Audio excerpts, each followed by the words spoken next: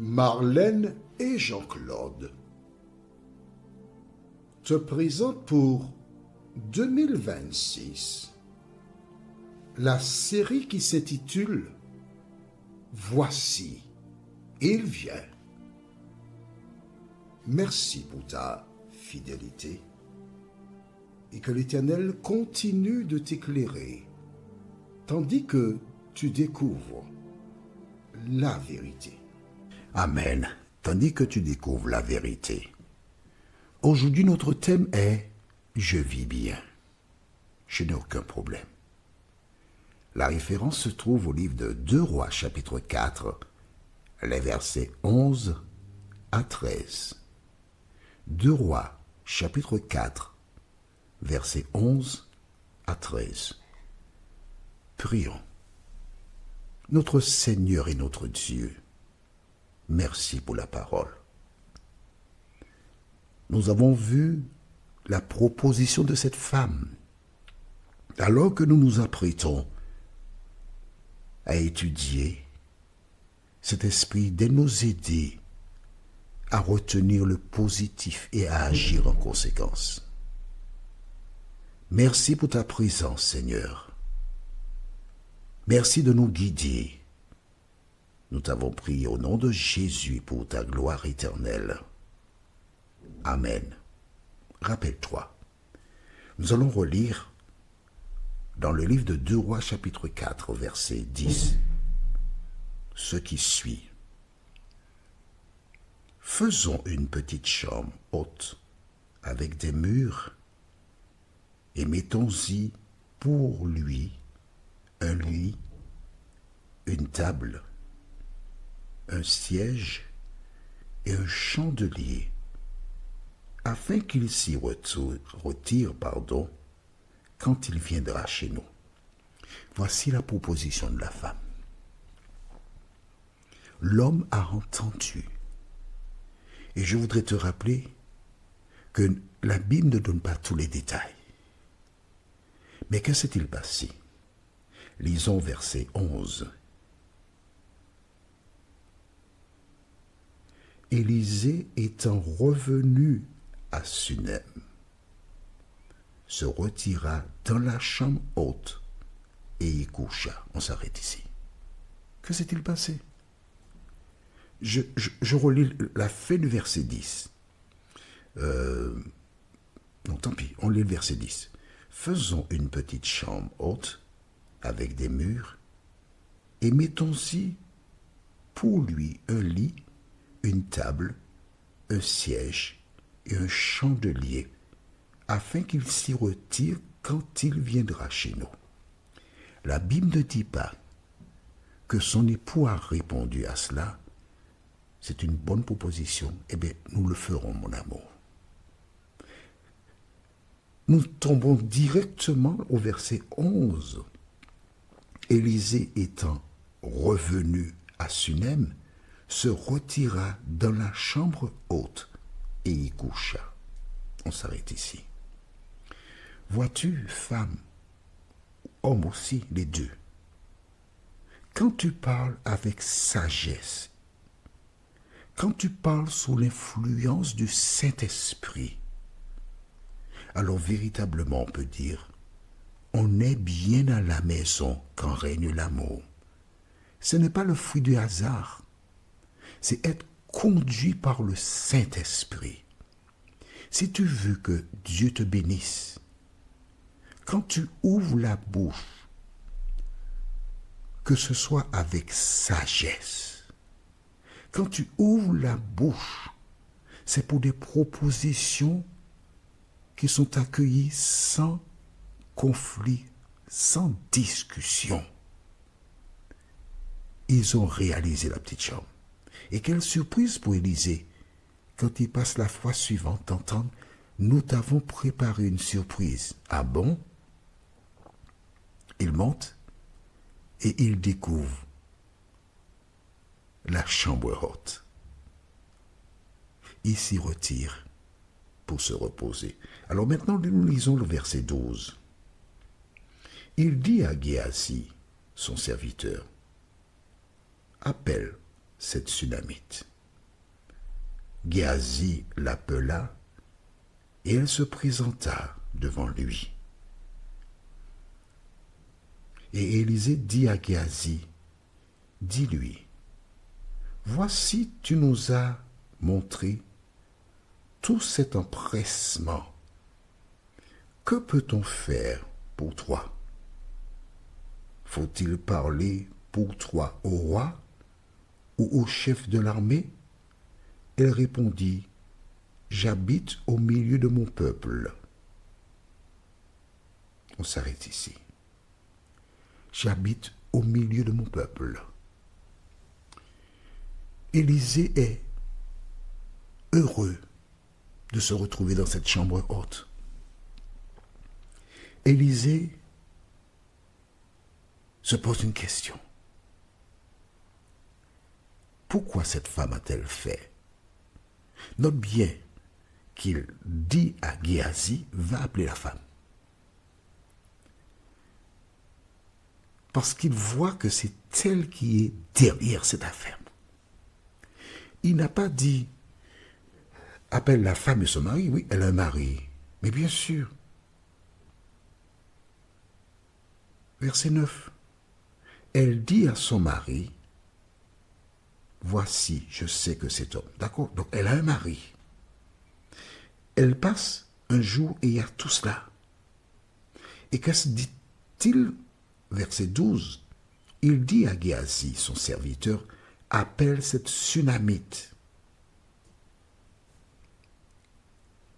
Géasi obéit.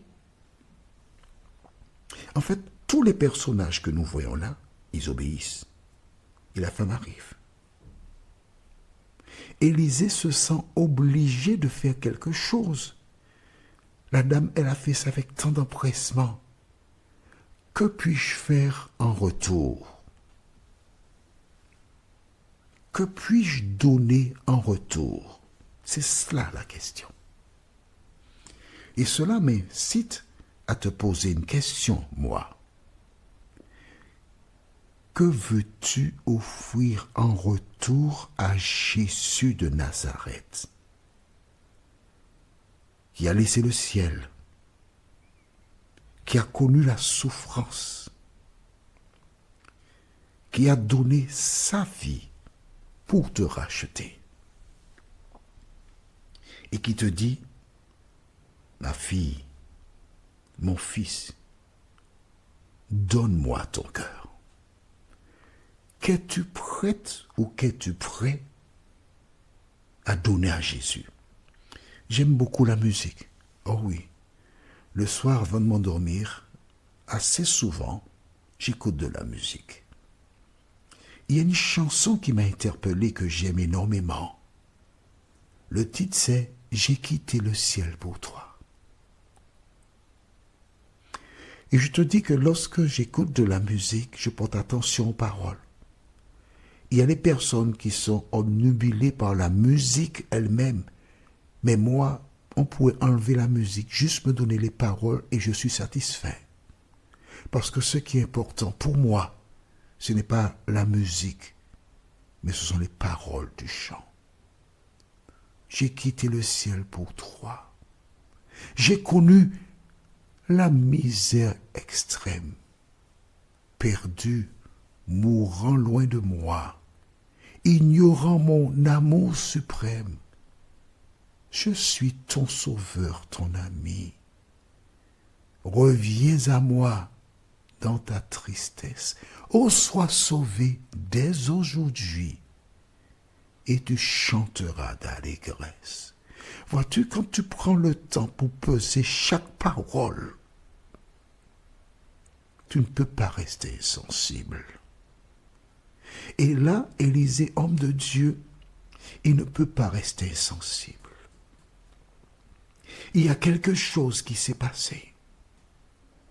Élisée ne sait pas pourquoi la femme et son époux ont fait cette chambre haute. Pourquoi ces personnes souhaitent qu'il reste lorsqu'il est de passage ou autre dans leur maison. Mais à travers l'acte de cette femme et de son époux, Jésus te dit, m'as-tu réservé une place dans ta maison? Quelle place ai-je pour toi? Et c'est parce qu'il pensait à cet homme de Dieu, parce qu'ils étaient poussés par l'Esprit de Dieu, qu'ils ont fait cette dépense. C'est une dépense, hein, faire cette chambre spécialement fermée. C'est pas une chambre qui est louée de temps en temps en Airbnb. C'est pas ça, non. C'est une chambre qui est consacrée, dédiée, réservée à l'homme de Dieu.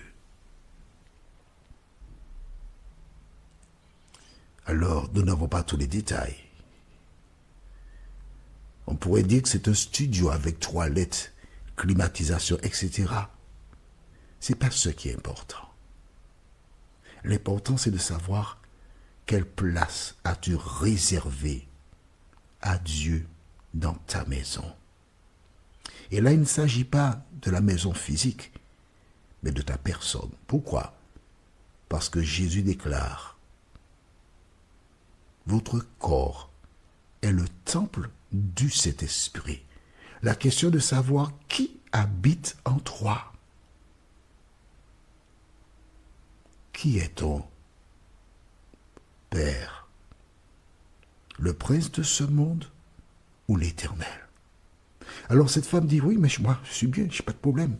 Je n'ai aucun problème. Je n'ai pas fait cela par intérêt. Je l'ai fait parce que j'y étais poussé, sous-entendu, hein, par le Saint-Esprit. Aujourd'hui, beaucoup de personnes font des choses par intérêt, pour avoir, en retour. Tu as des amis qui t'invitent à prendre un repas. Mais quand on t'a invité, tu sais que en retour, tu devras aussi inviter l'ami. Mais avec Dieu, c'est pas ainsi. Il ne fait rien par intérêt. Il le fait par amour. Et c'est exactement ce que fit cette femme. Notre prochain thème, c'est que faire? La référence se trouve dans 2 Rois 4, le verset 14. Que faire? Prions. Notre Seigneur et notre Dieu, merci pour la parole. Merci pour le bonheur de te connaître et de savoir qu'un jour, nos yeux fouleront les parvis de la nouvelle Jérusalem. Merci Seigneur, dès à présent.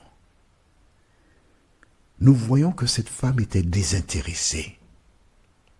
Sa richesse n'était pas terrestre, mais c'est de servir l'Éternel, de nous inspirer et que nous ayons les actes justes, nous t'en prions, au nom de Jésus et pour ta gloire éternelle.